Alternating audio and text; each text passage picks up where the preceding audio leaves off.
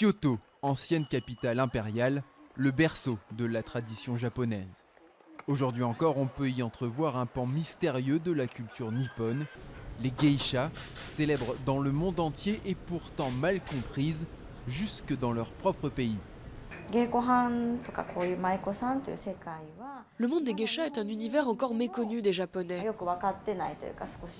Ils ne savent pas véritablement quel est notre métier et dans quel milieu nous l'exerçons.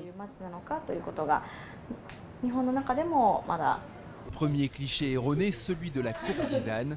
Les geishas sont tout sauf des prostituées. Elles divertissent leurs clients, mais tout contact intime est prohibé.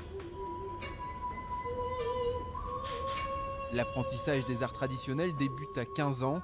Il faut alors environ 5 ans pour espérer décrocher le titre de geisha ou geiko ici à Kyoto.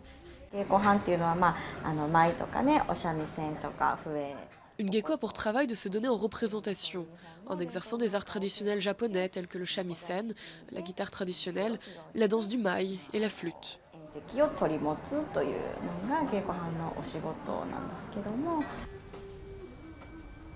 La valeur d'une geisha ne se mesure pas qu'à ses talents artistiques. Son premier atout, c'est le zamoshi, en français l'art de mettre à l'aise son invité, souvent un client riche, homme d'affaires ou politicien, prêt à payer une petite fortune pour un moment hors du temps. C'est le client qui est au centre de l'attention.